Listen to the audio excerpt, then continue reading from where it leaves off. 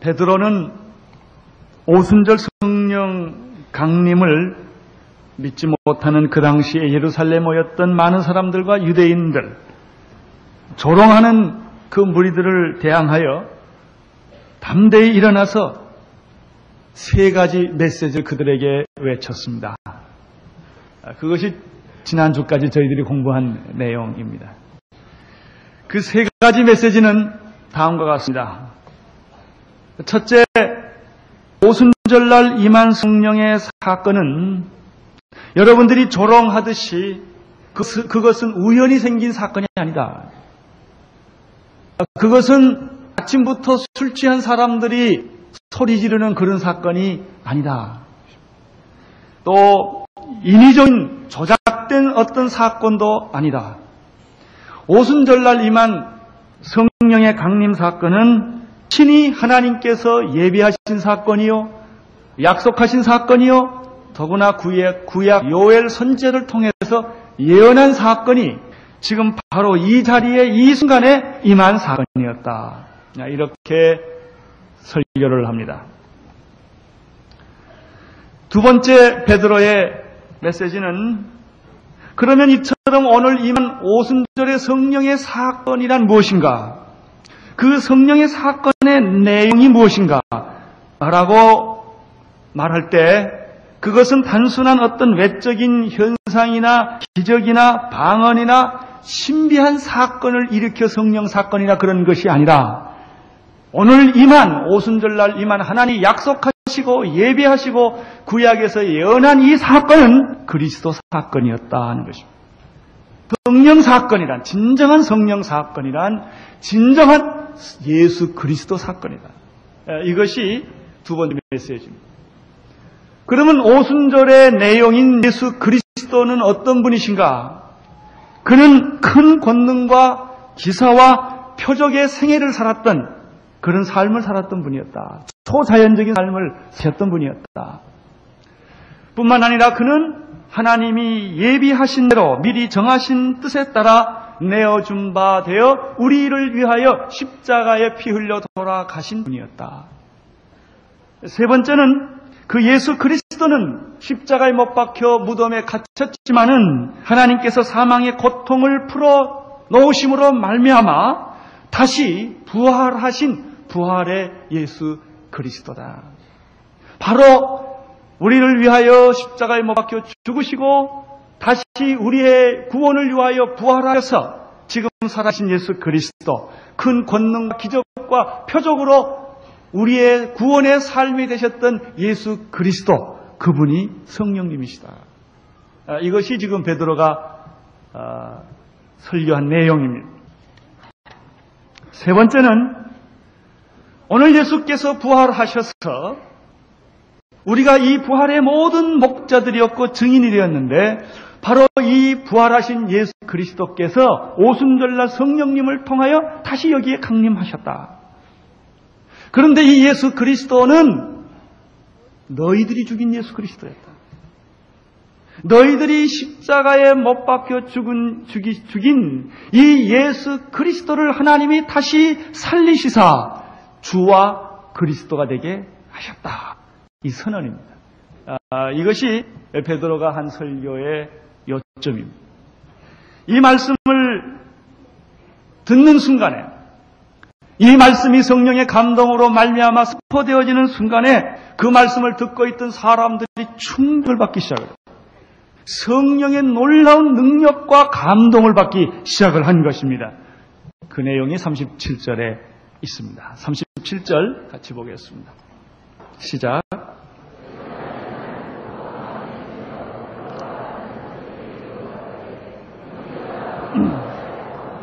저희가 이 말을 듣고 이 설교를 듣고 마음의 찔림을 받았다고 말했습니다. 여기에 보면 성령의 설교를 듣고 베드로의 설교를 듣고 두 가지 반응이 나타납니다. 첫째는 마음의 찔림을 받는 일입니다. 두 번째는 어찌할 거라는 반응입니다. 마음이 찔림을 받는 사건. 두 번째 어찌할 거라고 하는 사건입니다. 여기서 마음의 찔림을 받았다라는 것은 칼로 베임을 당한 것과 같은 그런 뜻입니다. 여러분들이 예리한 면도칼로 종이를 잘라보신 기억이 있을 것입니다. 판판한 이 책상 위에다가 종이를 놓고 면칼로 자르면 그 면도칼이 예리해서 이 종이가 잘렸는지 안 잘렸는지를 잘 모를 정도입니다. 그러나 조금 흐트러 보면 그 종이는 너무나 분명하게 잘라져 있다는 것입니다. 하나님의 말씀은 살았고 운동력이 있어 좌우의 날선 어떤 검보다 예리하여, 하나님의 말씀이라고 하는 것은, 성령의 능력이라고 하는 것은 어떤 검과 비교할 수, 어떤 면도칼과 비교할 수 없는 아주 예리한 능력을 가지고 있다는 것입니다. 그래서 이 말씀을 들을 때, 이 성령의 역사가 임할 때, 이 면도칼보다 더 예리한 칼과 같은 째는, 찌르는 그런 역사들이 일어나서 우리의 영과 혼과 관절과 골수를 찔러 쪼개는 것입니다. 이게 하나님의 말씀, 하나님의 성령입니다. 하나님의 성령이 임하면, 하나님의 말씀이 임하면 내 영혼을 뒤흔들어 놓습니다. 내 영혼이 뒤죽박죽 되었을 때 그것을 하나님의 거룩한 하나님의 성령의 역사, 말씀의 역사가 임할 때 분리현상이 일어나는 것입니다. 하나님의 것과 세상의 것, 마귀의 것들이 전부 분리되는 것입니다. 우리의 영과 혼과 관절과 골수를 찔러 쪼개기까지 하며, 이 하나님의 말씀은, 이 하나님의 성령의 능력은 우리의 마음과 생각과 뜻까지 감찰한다고 말씀하셨습니다. 그래서 정말 하나님의 말씀을 들으면은 우리의 속이 다 드러나는 것입니다. 숨겨지지 못하는 것입니다. 모든 것이 다 노출되고 마는 것입니다. 인간이란 끊임없이 자기를 숨기는 동물입니다. 자기의 영혼과 자기의 내면의 세계와 자기의 생각, 그래서 우리는 수없는 뱀들과 팔들과 온갖 이 잡스러운 것들이 속에 있으면서도 얼마나 지성적으로 웃고 아주 굉장히 매력 있게 겸손하게 나타나는지 모릅니다. 아주 사람들은 너무나 그럴듯하게 표정을 잘 짓습니다. 사람들은 너무나 그럴듯하게 자기가 성자로 둔갑을 하는 것입니다. 굉장히 순수하고 위선이 없는 사람으로 자기를 변장할 줄 아는 것입니다. 그러나 하나님의 말씀 앞에는 이게 숨겨지지가 않는 것입니다. 성령의 능력 앞에는 이거 숨겨지지 않는 것입니다. 마음과 생각과 뜻을, 마음의 생각과 뜻을 감찰하나니 지으신 것이 하나라도 그 앞에 나타나지 않는 것이 없게 된다는 것입니다. 얼마나 놀라운 말씀. 뿐만 아닙니다. 오직 만물을 지으신 것이 하나라도 그 앞에 나타나지 않음이 없는 것고, 오직 만물이 우리를 상관하시는 자의 눈앞에 벌거벗은 것 같이 드러내느니라. 여러분, 정말 하나님 말씀을 듣게 되면, 하나님 말씀을 접하게 되면, 성령의 역사에 접하게 되면은 우리가 입고 있던 옷을 다 벗는 것과 같습니다. 순식간에 내가 벌거숭이가 된 것 같은 그런 부끄러움을 느끼는 것입니다. 그런 수치감을 느끼게 되는 것입니다. 그런 영적인 어떤 충격을 받게 되는 것이, 이것이 하나님의 말씀입니다. 우리는 가끔 그런 얘기를 듣고 설교를 하다 보면 어째 목사님이 내 얘기를 하시지? 그런 얘기를 합니다. 어떻게 나를 아시고, 오늘 내가 나를 알고 누가 내 얘기를 목사님한테 했지? 순장한테 찾아가서 항의를 합니다. 순장님이 가서 고발한 거 아니냐고. 아닙니다. 성령님이 여러분의 마음에 오신 것입니다. 성령님이 여러분을 부끄럽게 한 것입니다. 성령님이, 하나님의 말씀이 우리를 다 벌거벗은 것처럼 내 정체를 다 드러내게 하는 것입니다.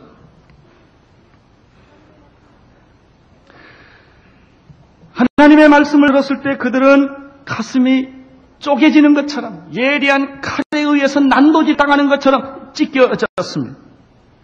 왜 그들이 마음이 찔렸을까요? 두 가지 이유 때문입니다. 첫 번째 이유는 성령을 모독했던, 성령을 슬프게 했던, 성령님을 거스렸던 그 사건 때문에 가슴이 찔린 것입니다. 여러분, 베드로가 이 설교를 지금 왜 하고 있습니까? 오순절 성령의 사건이 일어났을 때, 성령의 기적과 능력이 나타났을 때 사람들은 그 사건을 조롱하고 비웃었습니다. 이때 베드로가 조롱하고 비웃는 무리들을 향하여 일어섰습니다. 그리고 그 조롱과 비웃음에 대해서 베드로가 설교로 대답을 한 것입니다. 그 설교를 듣고 그들은 가슴이 찔렸던 것입니다. 그렇다면 그들은 분명히 오순절 임했던 성령에 대한 모독.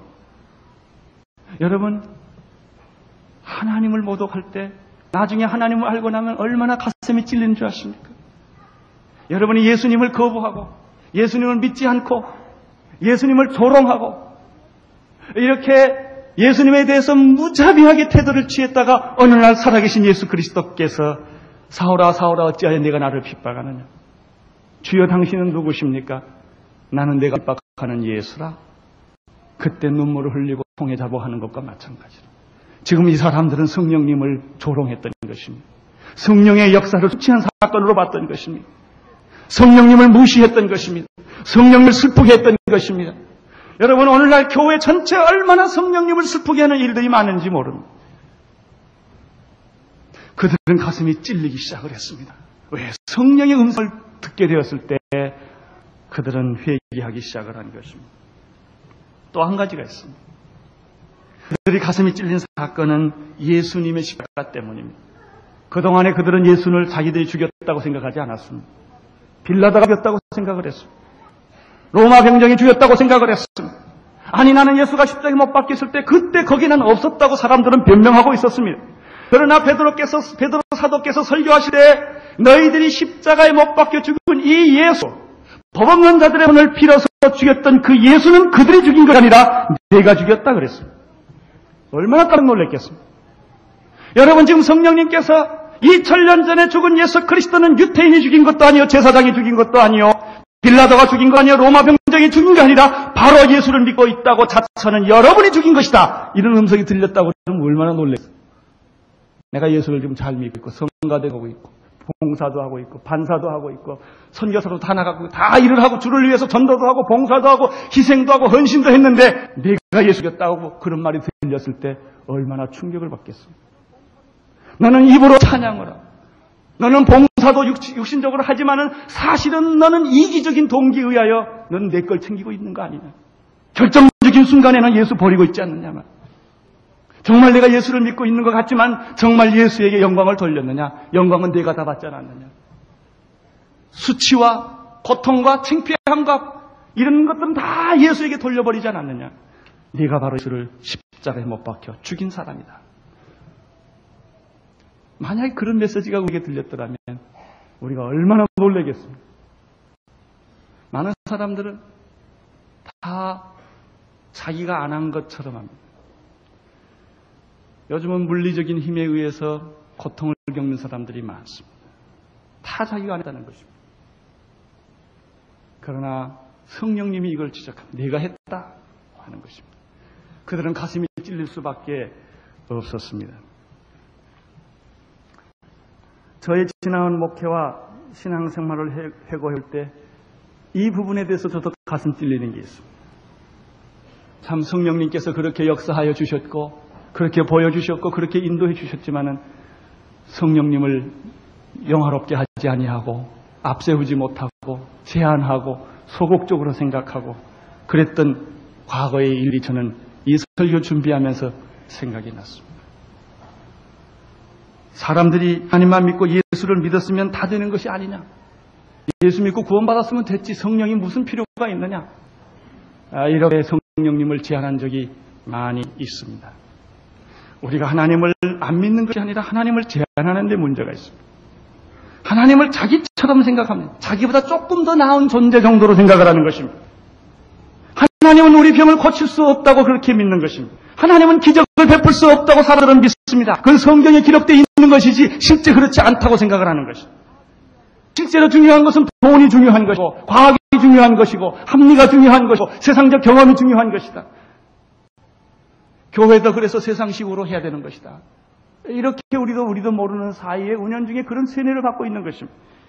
누가 성령님을 부인했습니까? 그러나 성령님을 제한하고 있는 죄를 짓고 있는 것입니다. 성령님을 부인하지는 않지만 성령님을 기쁘게 하지도 않는 것입니다.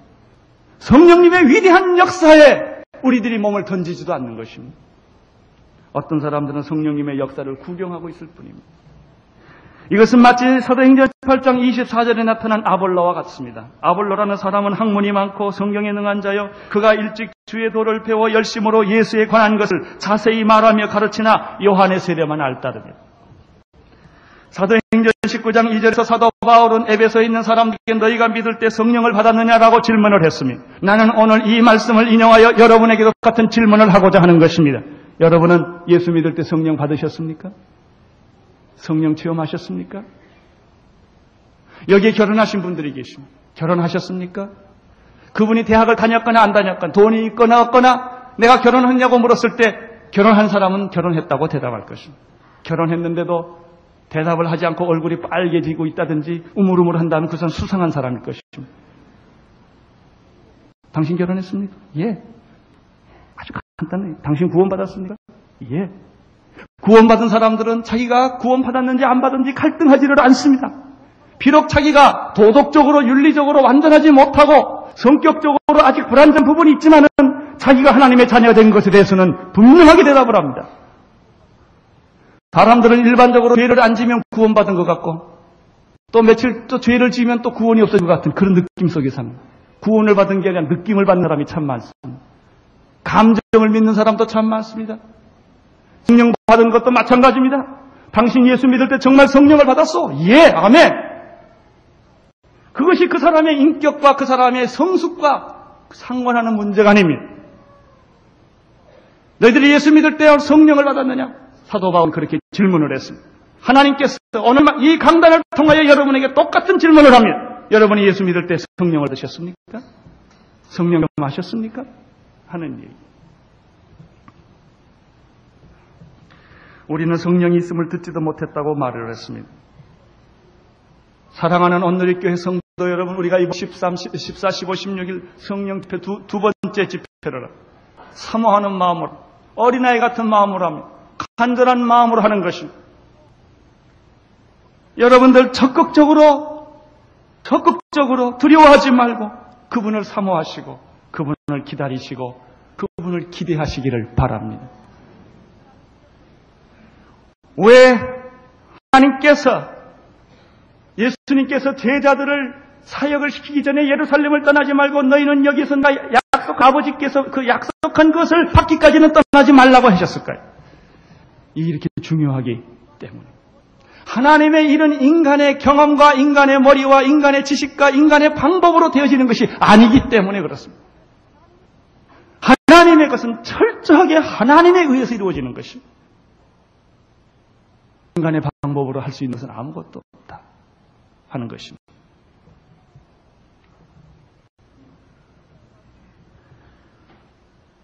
우리는 이 말씀을 통하여 더 한 가지 생각할 것이 있습니다. 우리는 정말 십자가를 경험했는가 하는 것입니다. 그들에게 성령님의 음성은 십자가의 예수를 죽인 것은 저들이 아니고 바로 너다는 것입니다.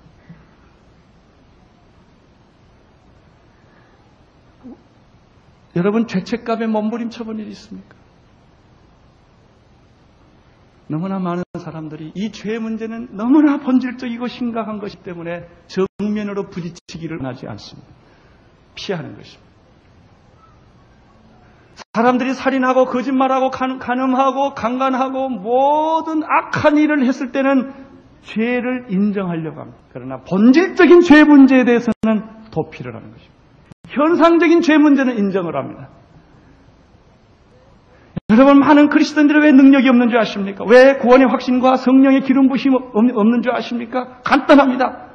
자기가 죽는 경험을 하지 않았기 때문에 그렇습니다. 일반적으로 우리 교통사고 나보신 사람들 많이 있을 것입니다. 죽음의 경험을 하는 사람이 많이 있을 것입니다. 저는 몇 년 전인가요? 가을에 열이 너무 고열이 돼서 기절을 해본 일이 있습니다. 기절해서 앰뷸런스로 실려가 본 일이 있는데 그런 죽음의 경험들을 사람들은 다 합니다. 병들어서 죽음의 경험을 한다든지 인간적인 상처를 받아서 배신을 당해서 죽음의 경험을 한다든지 그러나 그런 죽음의 경험이 아니라 그런 교통사고의 죽음의 경험이 아니라 자기 죄 때문에 내면의 죄 때문에 죄와 싸우다가 죽음의 경험을 해야 하는 것입니다. 사도 바울은 이 경험을 했습니다. 나는 선을 행하고 싶으나 선을 행할 능력이 내게 없구나. 그가 예수 그리스도를 알아갈수록 죄의 깊은 심연을 보았습니다. 오라 나는 공고한 사람이로다. 이 사망의 몸에서 누가 나를 건져내랴. 예수님께서 이렇게 말씀하셨습니다. 아무든지 나를 따라오려거든 자기를 부인하고 자기 십자가를 지고 나를 따르라고 말했어요. 그 말이 무엇입니까? 예수 그리스도의 십자가에서 자기의 죽음을 경험하지 않고는 진정한 구원과 부활이 없다는 것입니다. 많은 사람들이 적당히 예수를 믿습니다. 오늘도 우리 오후에 세례를 받습니다. 세례는 무엇입니까? 그리스도와 함께 죽는 것입니다. 그러나 죽지 않고 세례를 많은 사람이 받습니다. 그게 물에 빠졌던 물로 뿌렸던 그런 모습이 중요한 것이 아니라 정말 그리스도의 십자가 앞에 자기가 한번 죽는 경험을 해야 합니다. 죽음을 경험해야 합니다. 나는 죽었다. 죄로 말미암아 죽었다. 그런데 그리스도께서 다시 살리셨다. 이런 영적 경험. 베드로는 십자가에 죽은 예수가 바로 너희들이 죽인 예수였다. 그렇게 얘기를 했습니다. 이 말을 들을 때 그들은 두 번째 반응이 나타났습니다. 두 번째 반응은 무엇입니까? 우리가 어찌할꼬? 한번 따라하십시오. 우리가 어찌할꼬? 오늘 여러분이 그 말이 진정한 여러분의 고백이 되기를 바랍니다. 오늘날 교회의 비극은 이 어찌할꼬라는 말이 없는 데 있습니다. 성령운동의 치명적인 약점이 바로 여기에 있습니다. 어찌할 거가 없는 것입니다. 대가를 치르지 않는 값싼 감상주의 은혜와 십자가의 고난을 거부하는 구원과 부활의 축복만을 받으려고 하는 태도입니다. 여러분, 고난 없는 축복이 어찌 축복일 수가 있겠습니까? 십자가 없는 부활이 어찌 부활일 수가 있겠습니까? 오늘 성령운동의 위기는 고난 없이 축복만 받으려는 데 있는 것입니다. 대가를 치르지 않고, 물론 우리는 은혜 구원을 받았습니다마는 그 부분 얘기가 아닙니다. 너무나 우리는 감각적이고 감상적인 체험에 근거한 영적 쾌락주의에 빠져 있는 것입니다. 피부적인, 쾌락주의적인, 그래서 성령의 어떤 신비한 체험만 추구하는, 물질적 축복만 원하는, 내가 의롭게 살든 안 살든 윤리적이건 도덕적인 이런 문제는 묻지 않고 어떻게 해서든지 축복만 받아야 되겠다고 하는 결과주의인 것입니다. 이것은 성령 아닙니다. 이것은 성령의 역사가 아닙니다. 진정한 성령의 역사는 십자가를 통과하는 부활인 것입니다. 고난에 동참하는 영광입니다. 내가 죽는 경험입니다. 자기 포기하는 경험 속에서 진정한 성령님의 능력과 자유와 기쁨과 평화를 맛보게 되는 것입니다. 어찌할 거? 이 어찌할 거라는 말은 무슨 뜻입니까? 더 이상 숨길 수 없다는 뜻입니다. 나의 정체가 드러났다는 것입니다. 여러분, 돈이 있는 사람은 어찌할 거란 말 잘 안 합니다. 돈이 바닥이 나야 어찌할 거고. 은행에 더 적은 몇 푼 있어도 얼마나 목에 힘주고 다닌다고. 웃어도 아주 이상하게 웃어요. 그래도 망해도 나는 산다. 이게. 건강이 있는 사람은 어찌할 거 안 합니다. 내 육체가 하나 있는데 뭐 어디 가면 뭐 못 사냐. 망해도 산다. 이러고 덤빕니다. 배경과 이 빼기 좋은 사람들은 어찌할 거 안 합니다. 이게 다 무너져야 어찌할 거. 하나님도 굉장히 답답하세요.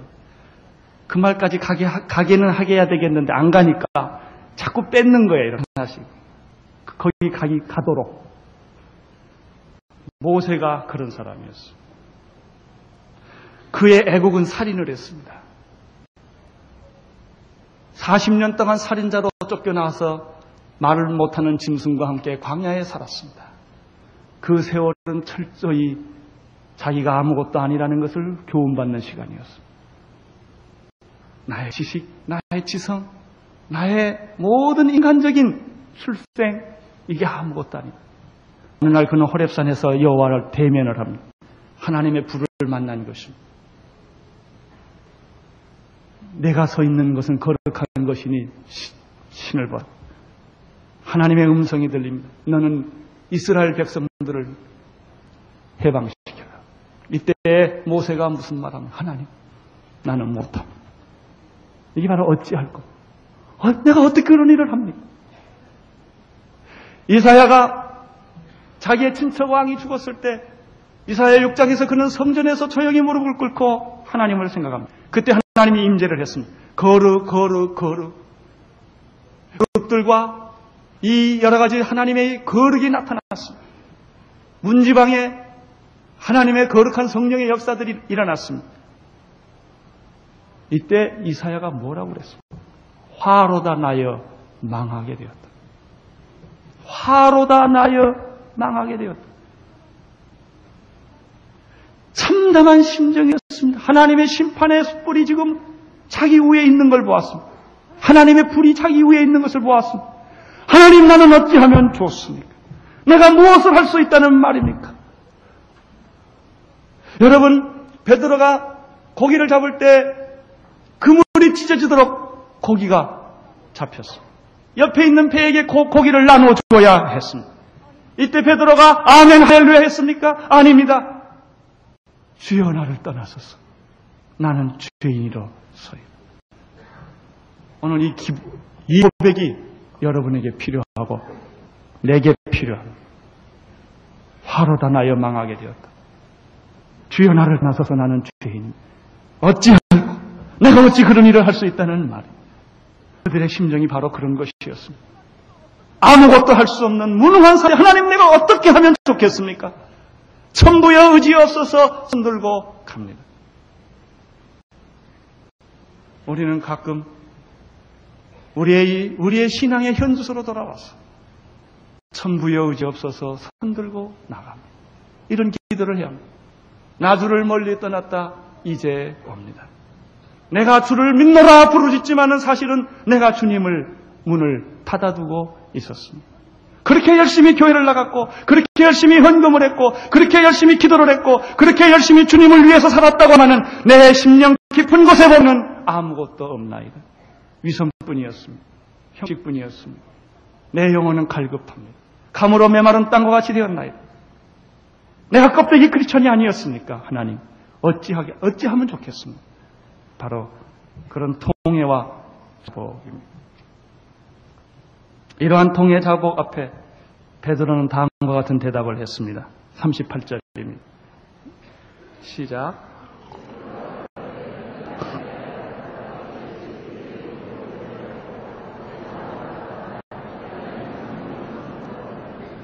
베드로가 가로되 너희가 회개하여 각 예수 그리스도의 이름으로 세례를 받고 죄사함을 얻으라. 그리하면 성령을 선물로 받으리니.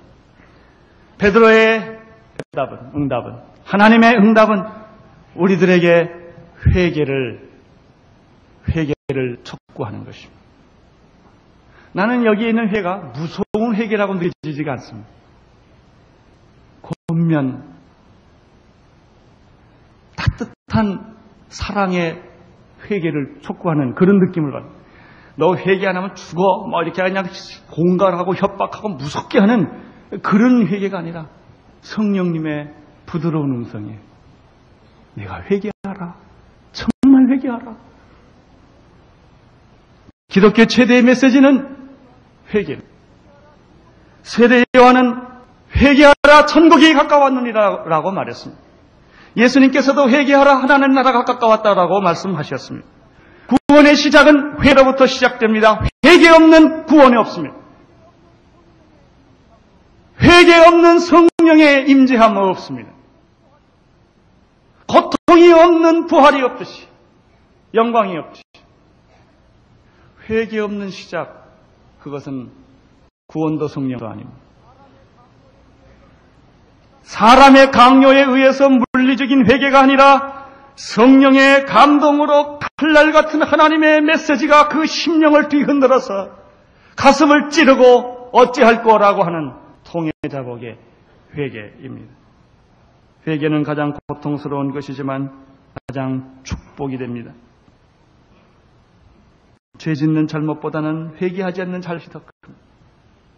하나는 오늘 우리 성령님의 권면과 강건함과 인도하심에 따라 우리 모두가 우리 심령 깊은 것을 바라보며 폐부가 찌리는 어찌할꼬 하는 그런 깊은 영적인 회개가 우리 안에 있기를 바랍니다. 그것이 이 성령 집회입니다. 이번 성령 집회는 다른 것이 아닙니다. 정말 성령이 임했다면 우리가 눈물 콧물 흘리며 우리 영혼의 깊은 곳에 통곡을 하며 숨겨진 모든 죄악들을 다 드러내며 부끄러운 모든 것들을 다 드러내며 벌거벗으며 하나님 앞에 서는 것입니다. 베드로는 회개에 대한 말씀을 했는데 너희들이 회개하라. 회개하여. 두 번째는 예수 이름으로 세례를 받으라고 그랬습니다. 여러분, 회개한 후에 예수 이름으로 세례를 받지 않으면 아무것도 아닙니다. 회개는 돌이키는 것입니다. 어떤 사람은 회개란 간단하죠. 이쪽 방향으로 가다가 180도 회전하는 것이 회개가 아닙니다. 넘어 돌아가지고 다시 돌아오는 사람이에요. 회개는 180도 방향을 회전해서 하나님에게로 향하는 것입니다. 죄로부터 from, to God, 하나님으로 가는 것입니다. 안 가면 회개가 안 됩니다. 마음을 바꿨다고 회개가 아닌 것입니다. 가슴을 쳤다고 회개가 아닌 것입니다. 옷을 찢었다고 회개가 되는 것이 아닙니다. 내가 잘못을 인정했다고 회개가 되는 것이 아니라 인정했으면 거기에 머무르지 않고 하나님을 향하여 걸어가는 것입니다. 이 걸어가는 과정이 크리스천의 삶입니다.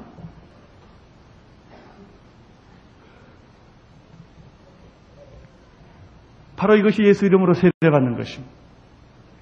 그래서 어떤 사람은요, 평생 그 자리에서 뱅뱅 도는 사람이 있어요.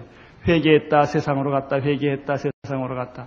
한 발자국 위로 가지를 못하는 사람이 있어요. 신앙의 불구들입니다. 아무리 예수를 오래 믿고 세월을 보냈어도 그가 영적으로 성장한 일이 없어요. 언제나 그 자리에서 맴돈. 10년 전에 이 얘기 해봤는데 지금 얘기하니까 똑같은 소리 하는 사람이 있어요. 하나도 발전하지 않았어요. 나는 여러분들이 성장하기를 바랍니다. 그리스도를 향하여 가길 바랍니다. 예수 이름으로 세례를 받는 것입니다. 세례란 무엇입니까? 그리스도와 함께 죽는 것이 세례입니다. 죽지 않으면 세례가 안 됩니다. 나를 죽여야 되는 것입니다. 내 죄가 십자가에서 죽는 것을 경험하는 것입니다. 내 육체가 십자가에서 죽는 것을 경험하는 것입니다. 내 질병이 십자가에서 죽는 것을 경험하는 것입니다. 죽어야 다시 살지 않습니까? 안 죽으면 절대 다시 살지를 않습니다.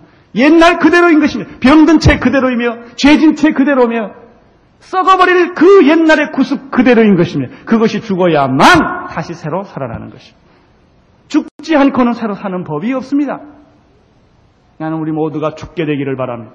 십자가에 대하여, 우리가 죄에 대하여 죽고, 우리의 질병에 대하여 죽고, 우리의 절망과 우리의 좌절감과 우리의 모든 것이 세례와 함께 예수 십자가에 못 박혀지기를 바라는 것입니다. 그래야만 다시 살아나는, 그리스도와 함께 십자가에 못 박고 다시 살아나는 것이 진정한 세례입니다. 그런데 거기에 재밌는 것은 회개하여 그 다음에 세례를 받으라고 말할 때 그 위에 재밌는 표현이 있어요. 또 각이라고. 구원은 도매꿈으로 안 됩니다. 구원은 개인적인 것입니다. 세례는 개인적인 것입니다. 부인이 세례받았다고 남편이 자동적으로 천국 가지 않습니다. 부인이 배부르다고 남편이 배 안 부른 거하고 똑같습니다. 자기가 먹어야 합니다. 자기가 구원받아야 합니다. 자기가 예수 이름으로 세례받아야 합니다. 여러분, 구원은 핑계에 들어가지 않습니다. 여러분의 결단과 여러분의 믿음이 필요로 합니다. 주여, 내가 믿나이다. 자기의 신앙적 결단과 고백을 요구하는 것입니다. 여러분, 이렇게 회개하여서 그리스도 이름으로 각각 세례를 받으면 무슨 일이 일어납니까? 두 가지 일어납니다. 첫째는 죄사함이 일어납니다. 너희가 회개하여 각각 예수 그리스도 이름으로 세례를 받으면 죄사함을 받으리라. 할렐루야. 마귀가 어느 날 우리에게 찾아와서 내 이름이 뭐냐 물을 때 내 이름은 죄사함이다. 이렇게 말할 수 있게 되기를 바랍니다. 나는 뭐 무슨 대학 나왔고 뭐 내 직업은 뭐라고 그러면 마귀가 여러분을 조롱할 것입니다. 그래? 나는 돈이 얼마나 있고 나는 지식이 얼마나 있고 나는 인간적으로 얼마나 잘났고 이렇게 여러분 어떤 사람 명함 보면 명함이 앞뒤가 빡빡한 사람이 있어요. 이렇게.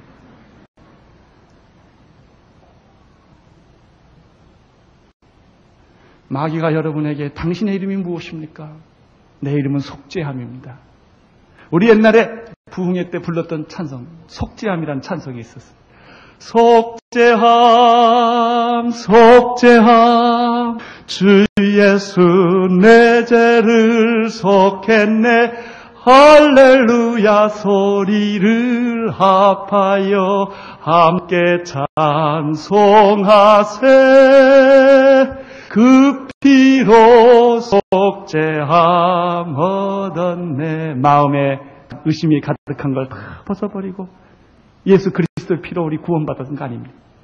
여러분 회개하여 주 예수 그리스도로 세례를 받으면 죄사함을 주십니다. 오늘 우리 교회의 또 하나의 문제는 자기가 죽지 않고 세례받고 죽지 않고 교회 나오는 문제가 있고, 또 하나의 문제는 성경 공부 지식이 부족한 것도 아니요, 제자 훈련 받지 못한 것도 아니요, 봉사와 헌신이 없는 것이 아니라 우리 많은 그리스도인들의 대부분의 신앙의 연약함과 갈등은 속죄함에 대한 확신이 없기 때문에 그렇습니다. 구원받은 기쁨, 확신. 오늘 난 여러분들이 이 기쁨이 있기를 바랍니다. 회개하여 예수 그리스도 이름으로 세례를 받음으로 내 죄가 사함을 받았다고 하는 이 신앙 고백, 확신. 또 하나 있습니다. 죄사함과 또 하나 성령을 선물로 받으리라 그랬는데 그게 아니고, 그 성경이 조금 표현을 오해하게 되어 있습니다. 성령의 은사들을 선물로 받으리라, 또는 성령의 선물들을 받게 될 것이다. 나는 여러분들이 오늘 성령의 능력들이 충만하게 되기를 바랍니다. 나는 분명히 믿습니다. 정말 예수 그리스도를 믿고 세례받고 그리스도와 함께 죽고 살고 성령의 기름 부으심을 받은 사람에게 성령의 능력이 나타나는 것을 나는 믿습니다. 나는 오늘 이 교회가 이 능력이 강력하게 나타나기를 바랍니다. 사도행전처럼. 나는 사도행전의 모든 성령의 사건들이 오늘 이 교회의 경험이 되기를 바랍니다. 그런 일이 실제로 있습니다. 사도행전에 나타났던 모든 사도의 내용, 신앙, 고백과 간증이 오늘 이 교회 성도들의 삶이 되기를 나는 바랍니다. 가능합니다. 실제로 그런 일들이 있습니다. 성령의 은사들이 나타납니다. 능력들이 나타납니다. 기적들이 나타납니다. 하나님이 함께 하신다는 증거들이 내 삶 속에 있다는 것입니다. 생각이 얼마나 좋아요. 네? 어떤 사람은요, 진짜 그냥 미친 사람처럼 자꾸 웃고 돌아다니는 사람이 빙긋빙긋. 그 이해하세요? 그래? 당신은 뭐가 그렇게 좋아서 웃느냐고. 자, 이 성령의 은사들은 누구에게 주어지는 것입니까? 39절을 보시기를 바랍니다. 시작.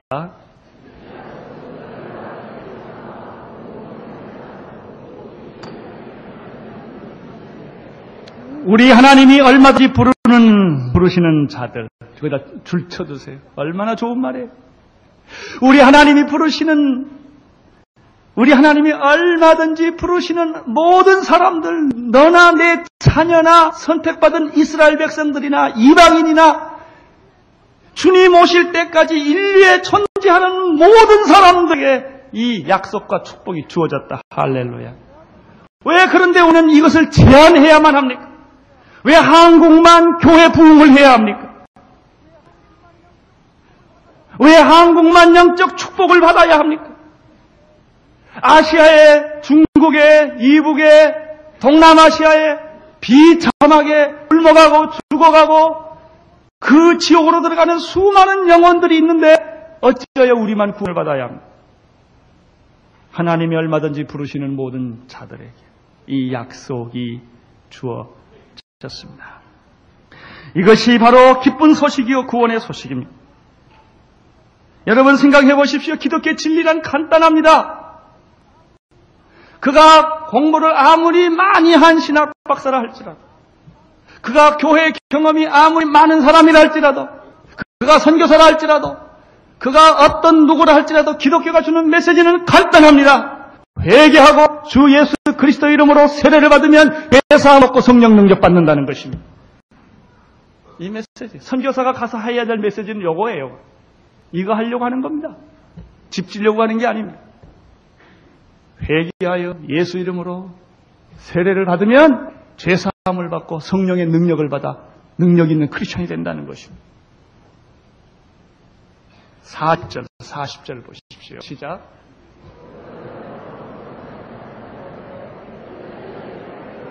여기 재밌는 말이 나오죠. 여러 이금 보세요.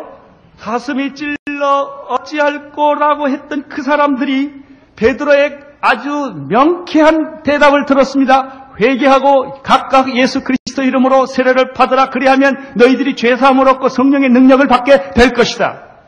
이 말씀을 듣는 순간에 그들의 태도가 또 그렇게 달라질 수가 없어요. 40절에 보면은 이 말씀을 들은 그들은 어떤 모습으로 변했습니까? 여러 말로 뭐라고 그러죠? 여러 말로라는 말은 간증이 있겠죠. 아니면 간증이나 무슨 가르침이나 무슨 토론이나 이런 게 있겠지요. 요즘 온누리교식으로 말하면 온누리반에 간다든지 1:1 양육을 한다든지 무슨 오후에 졸업식을 한다든지 간증 집회를 한다든지 이런 얘기들입니다. 부흥회를 한다든지 이런 여러 가지 방법들을 다 동원하여 두 가지를 했어요. 첫째 뭘 했습니까? 여러 말로 뭐 했어요? 확증하는 일, 확인시켜주는 일을 했어요. 성경 공부란 무엇입니까? 확인시켜주는 거죠. 하나님의 말씀이 이렇다는 것을 그 사람이 믿게 해주는 거죠. 확인시켜줬어요. 세례는 내 구원을 확인시켜주는 브라마지요. 두 번째 뭐 했습니까? 권면했다. 서로 권면했다. 여러 말로 확증하고 권면하면서 그들이 준 메시지의 요점은 이 패역한 시대에 구원을 받으라. 패역한 시대에 구원을 받으라. 그들은 전도하기 시작했고 간증하기 시작했고 권면하기 시작했고 상담하기 시작을 했고 가르치기를 시작을 했습니다. 한 사람 한 사람에게 증거했습니다. 세례는 각각 받는 것입니다. 이 엄청난 순간은 그날의 순식간에 전파되기 시작을 해서 몇 명까지? 몇 명이에요? 3,000명. 지금 여기 앉아있는 수가 거의 3,000명입니다. 이만한 사람들이 세례를 받았으니 물이 얼마나 필요했을까요? 이거 뿌리려면 3,000번. 이렇게 안 뿌렸으면 요단강에다 그냥 같이 집어넣었을 거예요. 그것이 하루에 있었단 말이에요. 하루에. 우리가 오늘 오후에 세례를 받아 세례합니다. 여러분 세례 100명 정도 주면요 그냥 진액이 빠집니다. 제가 그런 실수를 갖고 해요. 너무 힘들고 혀가 안 돌아가면 이름도 바꾸고 해요 그냥. 그래서 꼭 이름표를 확인하고 합니다. 그렇게 힘이 들어요 사실. 그래서 3,000명이 세례를 받았으니 어찌 했겠습니까? 뭐 세례 문답이 있었겠어요 거기 그날? 우리같이 무슨 간증 집회가 있었겠습니까? 그날에 세례받은 사람 3,000명이었다. 여러분 그 당시와 지금 인구 밀도를 비교해 보세요. 요즘 우리들 교회 열려면 장차도 있고 전철도 있고 버스도 있고 그러니까 모일 수가 있습니다. 그 당시 무슨 대중교통수단이 있었겠습니까? 그런데 그들이 그렇게 모인 것입니다. 4장 4절 그 다음 페이지에 보면 4장 4절에 보면 무슨 말이 있습니까? 말씀을 들은 사람 중에 믿는 자가 많으니 뭐라고 그랬죠? 남자만 5,000명에 여자하고 애들은 다 뺐어요. 합하면 10,000명이 넘을 거예요. 5,000명이 개수가 그 다음부터 개수가 안 나와요. 많더라 이렇게 돼 있지요. 숫자가 안 나옵니다. 아마 5,000명 이상 세기가 힘들어요. 우리도 언젠가 수 세는 거 포기할 거예요 아마. 여러분 하루에 3,000명이 며칠 지난다면 5,000명이 남자만 그 당시에 2000년 전에 예루살렘에서 이런 일이 있다고 여러분 정말 믿으십니까? 이게 사도행전. 우리는 너무나 시시한 경험들 속에 삽니다. 상식적인 경험 속에 삽니다. 하나님이 하신다는 것을 우리는 잘 모르고 살아올 때가 많습니다. 교회는 이런 경험을 해야 합니다. 이게 하나님의 일입니다. 하나님의 역사였습니다. 나는 오늘의 교회가 바로 이런 교회가 되기를 바랍니다. 숫자의 문제가 아니라 성령의 능력을 이렇게 힘있게 능력있게 체험하는 그런 교회가 되기를 바라고 우리 성도 한 사람 한 사람 속에 그런 간증이 있게 되기를 바랍니다. 나는 지금 이 사도행전 공부하면서 제일 흥분하게 기다리는 게 사도행전 3장이에요. 안준뱅이가 이름 걸으며 뛰며 찬성하며 발과 발목에 힘을 얻고 뛰더라. 이게 사도행전적 상징적 사건입니다. 성령 받은 사람의 상징적 모델입니다. 여기가 나면서 안전뱅이가 내가 은과 금은 얻거니와 내게 있는 것으로 내게 주노니 곧 나선 예수 그리스도 이름으로 걸으라고 그랬을 때 그가 걸으며 뛰며 발과 발목에 힘줄이 생겼다. 여러분, 하나님은 어제나 오늘 영원토록 동일하십니다. 우리 하나님은 변하지 않습니다. 여러분, 이런 하나님의 성령의 역사에 동참하고 싶지 않습니까? 능력 있는 사람 되고 싶지 않습니까? 하나님은 얼마든지 부르는, 하나님 부르시는 모든 사람에게 이걸 다 주신다고 약속했습니다. 남자나 여자나 남종이나 여종이나 노인이나 젊은이나 누구든지 주의 이름을 부르는 자는 구원을 얻으리라.